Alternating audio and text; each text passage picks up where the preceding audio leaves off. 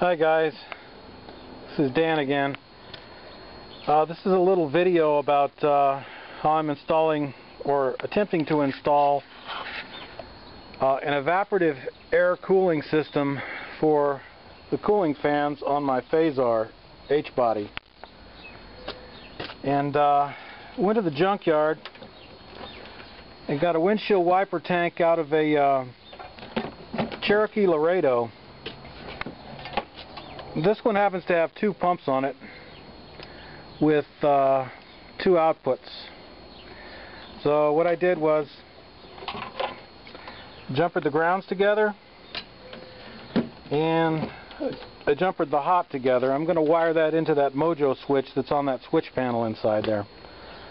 I'm going to mount it right here beside the airflow meter and in front of the breather. So you can see the breather's out of there. It's right here.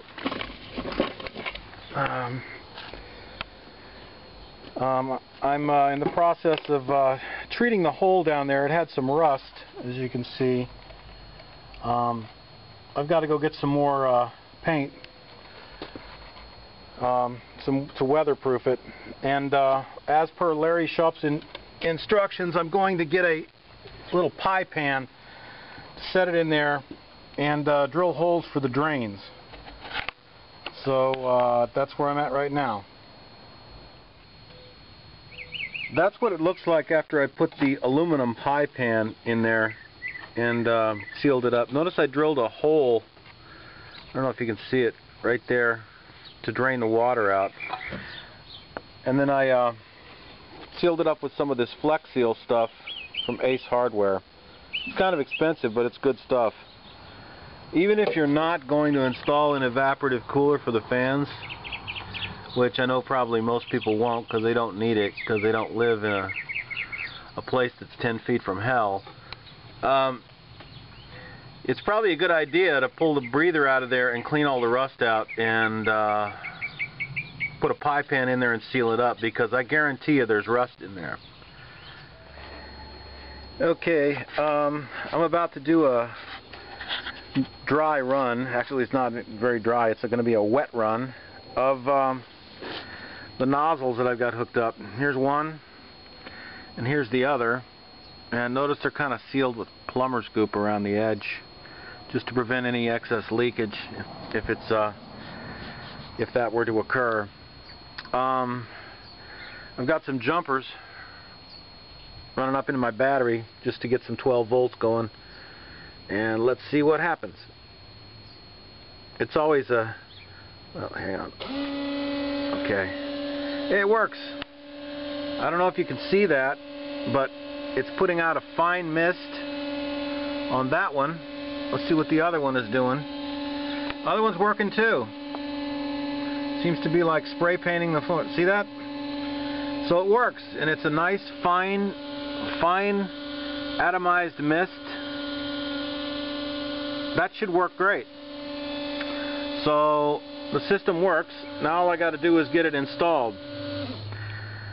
It's always a good idea when you're doing custom installations on things to make sure that they're actually going to function before you get them installed, because if you install them and they don't work, well... Okay, now I'd like to show you the routing for the tubes, for the cooling tubes for the fan. After removing all of these screws from the front grill, just going to take it off. Drilled a small hole right here, just large enough for these two tubes to go through. I'm using two tubes because I have two pumps, since this tank came off of a Cherokee Laredo and it had a rear windshield wiper, so it has two pumps. So I'm going to use one nozzle and, per hose, and two hoses, just to get the maximum pressure. Note that this installation is actually got something going for it here. Notice that there's a hole behind that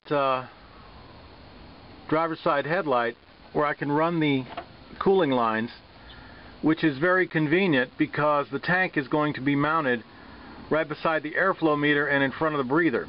So that's really handy. So basically that's where these lines are running, and they're coming out like that. So that's one easy part of this. Okay, I got everything back installed. I got the breather in there, and I've got the tank. So that's how it should look like. The breather went in a lot easier than I had expected for some reason. I don't know why, but that's the way it went. So the ground's good.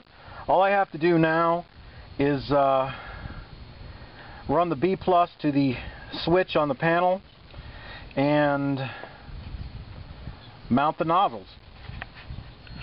Okay guys, I just finished installing the nozzles and hooking up the switch. As you can see, I put the nozzles pretty much right in the center of the center grill, which puts them pretty much in the middle of the fans. I thought that would be ideal for water disbursement. As you can see how I put them together, I just clipped one of the wires on the grill and just stuck it through, and it holds it really well. Actually, it's holding it really well. I did wire tie these two lines together because the last thing I want is for these things to come loose and get caught up in the fans.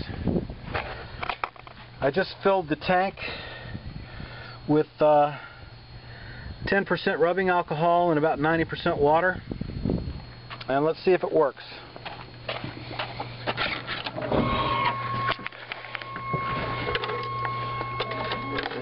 Okay, switch is on. Pumps are running, I can hear them. Oh yeah, they're running. Oh yeah, it's putting out a nice mist. Not like what you would expect from a mister on a house hose. As you can see, my hand is soaked in water. So it's putting out just a nice little mist in front of the fans, which is exactly what I wanted. So anyway, I'm thinking that this is going to work. It sure can't hurt when it's 115 in the desert Southwest. So anyway, that's how I installed an evaporative cooling system for my cooling fans on my H-body. You guys take it easy. Bye.